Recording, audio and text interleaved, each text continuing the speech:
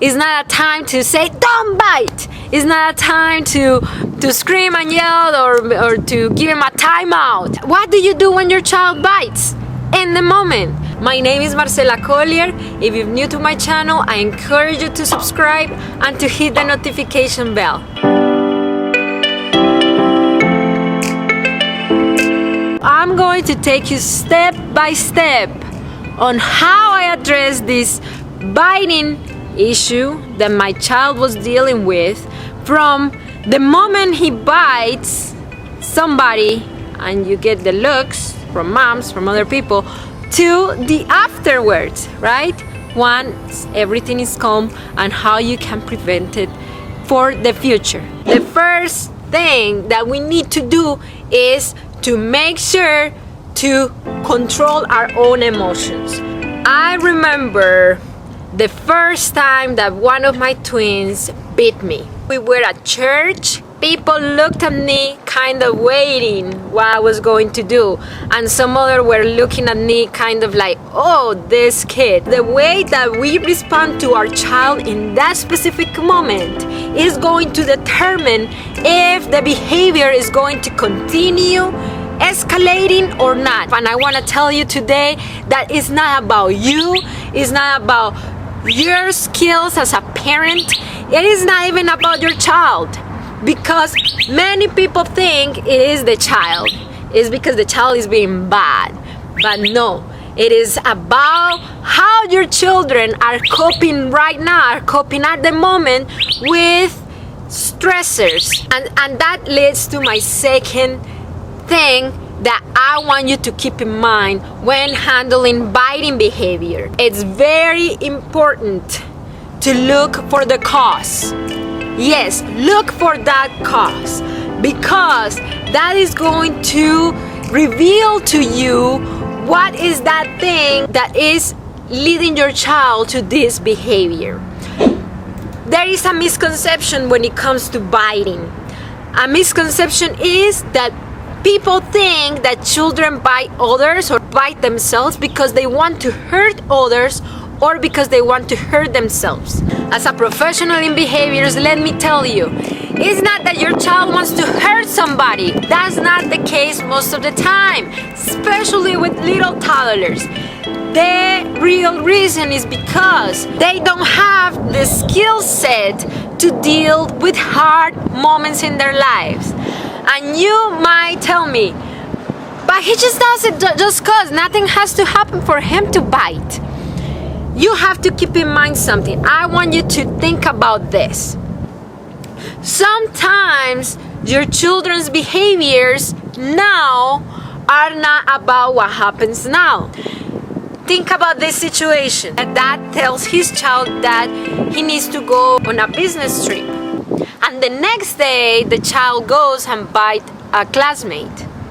It is not about the situation that happened at the moment when he bit his classmate. It's about all the stress that he had inside, and he didn't know how to release it in an appropriate way. You need to look. What are the patterns? I found with my child, after that church incident, I started paying attention on when this behavior was triggered. And I found something. I found that every time we were in a indoor closed space with a lot of people, one of my twins was very agitated, and many times he ended up biting me or biting others. So I knew that his trigger was being in crowded spaces. And that takes me to the next thing that I want to tell you. What do you do when your child bites? In the moment, it is not safe. It is not safe.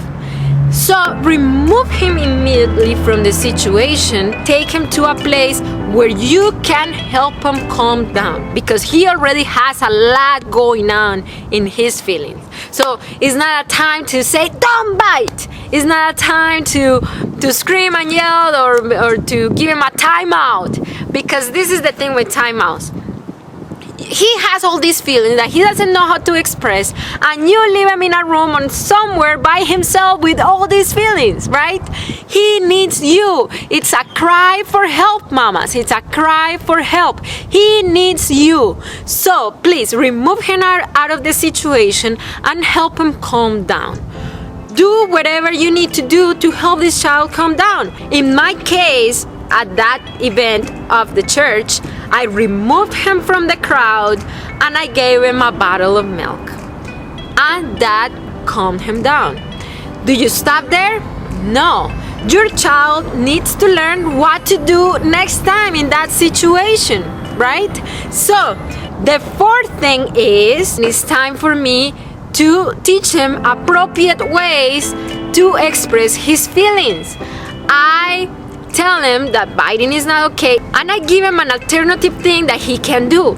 So I taught my 2-year-old that every time he feels this feeling that he needs to bite somebody or something, he could either say, "Mama, let's go," or he could say, "Mama, I'm scared," or he could bite something that is not a person. He could buy his sippy cup. That's okay, right? So how do you make sure that this situation doesn't happen again or doesn't happen as often? Prepare, prepare, prepare. So now you know the cause, then let's prepare in advance for this trigger, right? In my case, I know that my child's trigger is that he's overwhelmed every time he's in crowd spaces. So I prepared for the time that there is no way around, we need to be in a crowded space. For example, I started taking him to gymnastics. Two hands. And the open house, I knew it was going to be packed with people, so I prepared for it. I said, okay, I'm just going to be by the exit door. I just take him out, help him reduce stress, and then bring him back in if he's in the place. He did wonderful. We went, we took the breaks. He did wonderful. He didn't bite. He did great because I was prepared and I helped him cope with that trigger. How can you prepare in advance to help your child cope with that stressful situation that leads them to biting? Please let me know in the comments. Every week I'm here with a video sharing my experiences as a mother of toddlers, as a foster mother, as a therapeutic provider, working with children with high behaviors to empower you with the knowledge, the tips, and the confidence that you got this, mom. You are able to raise happy, confident children. Helicopter.